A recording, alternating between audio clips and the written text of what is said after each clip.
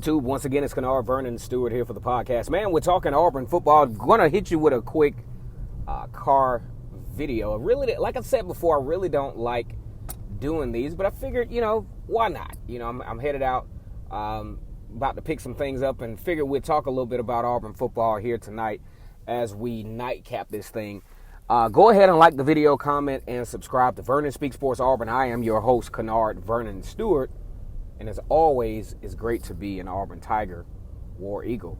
So we've been doing this series on this particular channel where we talk about projecting the 2020 football season.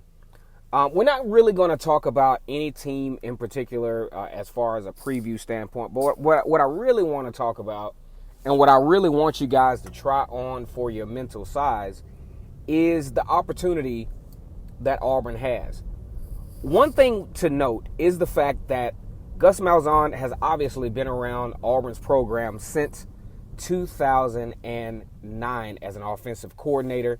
Really came to a really great point in 2010 with quarterback Cam Newton. Cam Newton winning the Heisman Trophy. Auburn winning their first national championship since 2010. If you look at this, Gus Malzahn has been recently with Auburn in all of their great moments. 2010 national championship. Had an opportunity to win yet another one in 2013 with the magical season with Nick Marshall. Very entertaining, might I add. I think Nick Marshall really found his stride in that Texas A&M game down in College Station, where a lot of folks at that point of the 2013 season really just didn't know what to make of this Auburn football team. Had some pretty good wins early in the season over Ole Miss. Had a great second half against LSU. But that Texas A&M game in 2013 had the Auburn fans kind of thinking. Auburn goes into that game ranked number 24 in the country. Kind of got off to a rocky start. Johnny Manziel looked like he was going to pick up where he left off in 2012, where he pretty much just took over Jordan-Hare Stadium in a 63-21 win for Texas A&M. But Auburn going down to College Station and winning that particular football game, that set the tone for the rest of that season. Now, it's a doggone shame when you look at the outcome in the latter part, needing the prayer at Jordan-Hare and actually needing the kick 6 to beat Alabama. Those are very underrated ways to win, because I think Auburn actually played pretty good football in those particular games, and it's unfortunate with as well as they played that they didn't win the game, say, straight up, because they were just whipping Georgia all over the football field. Was up by as many as 17 points late in that particular football game. Then Georgia easing back into the game.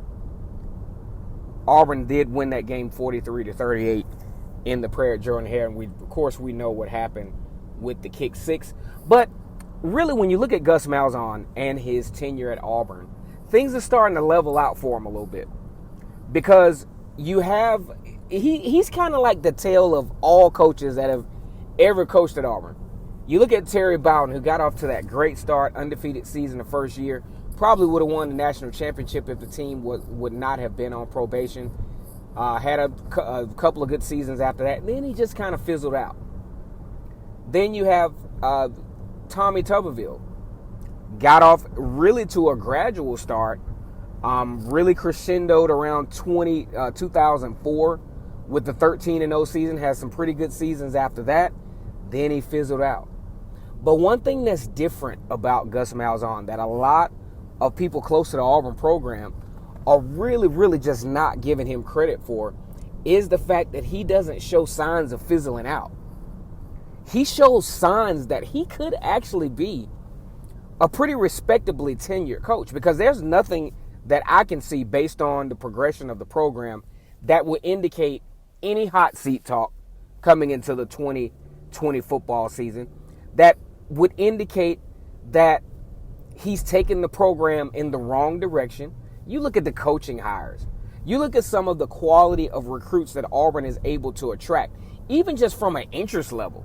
I mean, Auburn was bold enough this past recruiting cycle, after they had booked everybody during the early signing period, they were adamantly going after Broderick Jones and figuring they had a chance to flip him.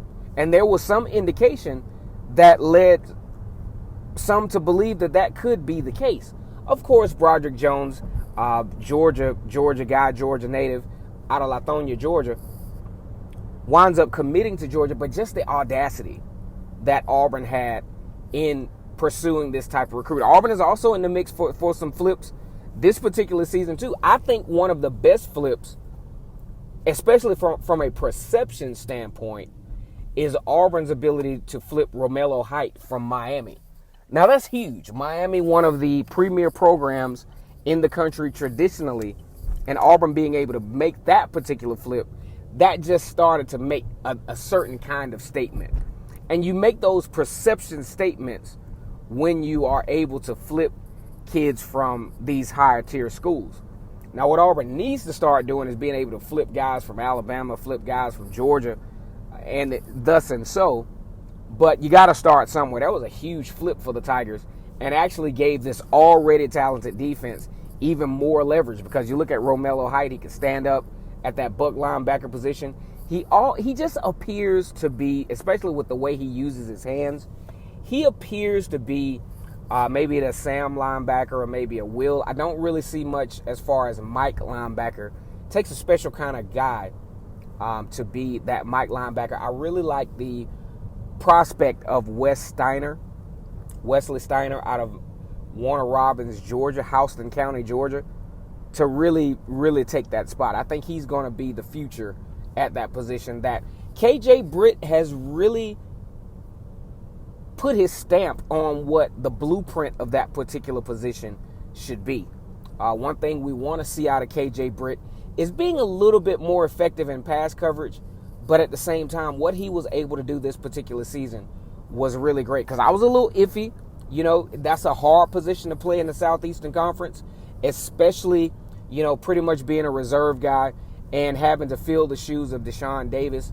I think KJ Britt did a great job, second team All-SEC. Probably projected, some people want to say first round. I think more so where Marlon Davidson got drafted, somewhere in the second round. We just got to see what linebackers, I got to do a little research to see what linebackers are actually projected in this particular class. Then we can get a better feel for where KJ Britt could possibly go going into the NFL draft. So we look at this 2020 season. We look at how the schedule is set up, the way the schedule is laid out. And huge opportunity for Gus Malzahn. And I really like the stability that I'm starting to see out of Gus Malzahn and his program. I will take going 8-5, the following year going 9-4, then the following year, say, going 10-2, and then the following, you know, that steady progression. Because when you have that one-hit wonder stuff going on, you can't build continuity with your program. Because let's look at the first few years of Auburn. Really inconsistent. Going 12-2, going to the national championship. Then the next year going 8-5. Next year going 7-6. Then the next year going 8-5 again. Then 8-5. Then 10-2.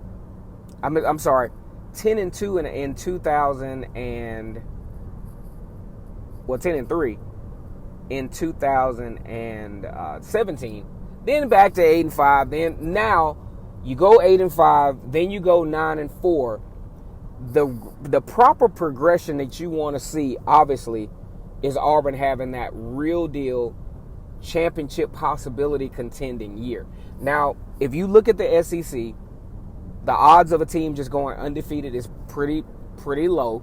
LSU beat those odds this year in pretty much going through the SEC, having tough games, though, against Alabama and Auburn.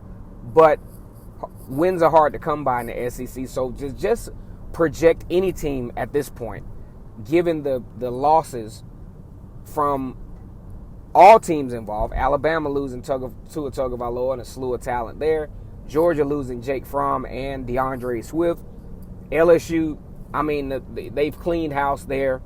So we'll just have to see how they. But Gus Malzahn has I'm talking about a huge opportunity to really show the college football world that he's in position to be a very, very good Power 5 college football coach. Big shout out to Gus Malzahn and the staff that he's putting together there, and the recent strides in recruiting, the leverage that Auburn is starting to gain in recruiting, especially recruiting out Southwest, getting some guys out of Mississippi, Texas, out of Tennessee.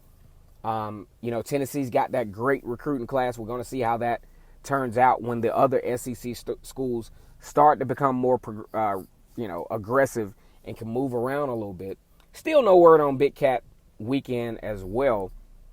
But anyway, really like talking about Gus Malzahn. I like to see a guy who really, really has progressed in his career. All right, guys, just let me know what you think about this one. Go ahead and like the video, comment. Of course, subscribe to the channel. Channel's growing leaps and bounds. We're pushing towards 2,700 subscribers. As always, it's great to be an Auburn Tiger, War Eagle.